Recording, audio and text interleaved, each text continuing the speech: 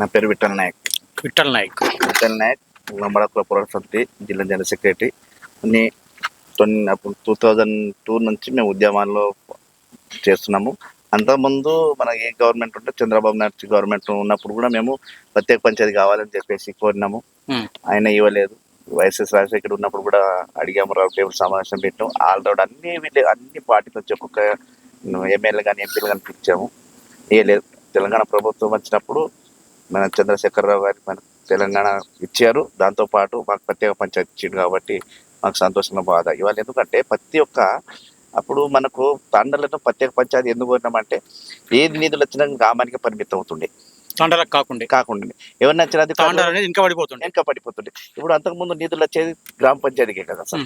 గ్రామ పంచాయతీ వచ్చినందుకు గ్రామ పంచాయతీ ఏ అధికారులకు గ్రామం చూసుకొని వెళ్ళిపోయేది. తాండాలు ఏమో రోడ్డు సరిగా ఉండకపో, మోరీ సరిగా ఉండవు, స్ట్రీట్లకు లేవు, అంధకారం ఉంటుంది. తాండాలు పట్టించుకునే వాళ్ళు లేరు. అందుకే ప్రత్యేక పంచాయతీ మీద పోరాడినాము. 20 సంవత్సరాల నుంచి పోరాడితే ఫలితం దక్కింది.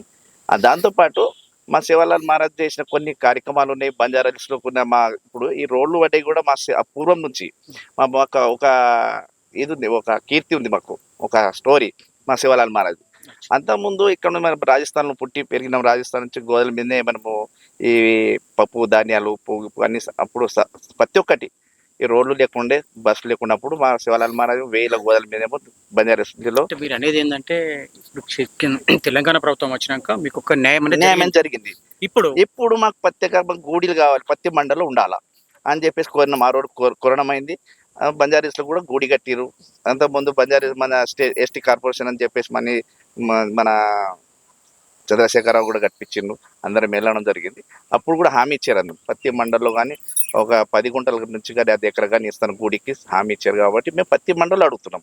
ఇవాళ శంకరపేట మండలం అడిగిన 10 అయింది, మెదక్లో అయింది, మరి నార్సింగ్లో కూడా అయింది. ఇప్పుడు చెగడం మండలం ఇవ్వడానికి అధికారులకు ఏమవుతుంది అని మాకు ప్రశ్న ఒకటి.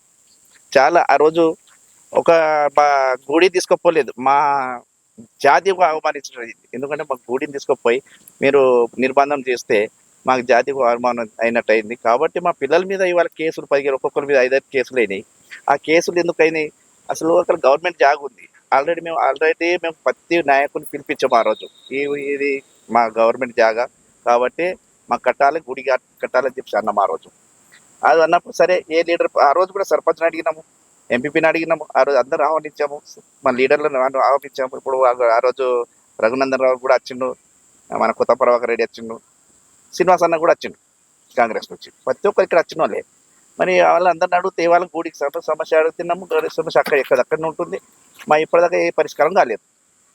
అదే కొరణం ఏంటంటే ప్రతి తాండల్లో మా గిరిజనులు ఉంటారు కాబట్టి ప్రతి ఒక్క ఇక్కడ నైట్ ఒకవేళ నైట్ అయినా కానీ ఇక్కడ పండుకోనికి ఉంటుంది, వాళ్ళకి ఆస్కారం ఉంటుంది. ఇప్పుడు నైట్ టెంపుల్ కడితే ఎవరైనా వచ్చి పడుకొని కూడా అవకాశం ఉంటుంది.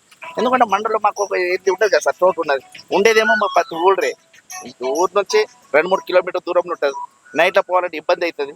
ఇక్కడ టెంపుల్ ఉందనుకో, ఒక గుడి ఉందనుకో, గుడి పండుకోవడానికి పోవడానికి తెల్లారి పొద్దులు వేసుకోవచ్చు అని చెప్పేసి మాకు దాంతో ప్రతి ఒక్క మండలి కట్టాలని చెప్పేసి ప్రతి మండలంలో మాకు గుడి ఉండాలని చెప్పేసి కోరడం జరిగింది. ఓకే.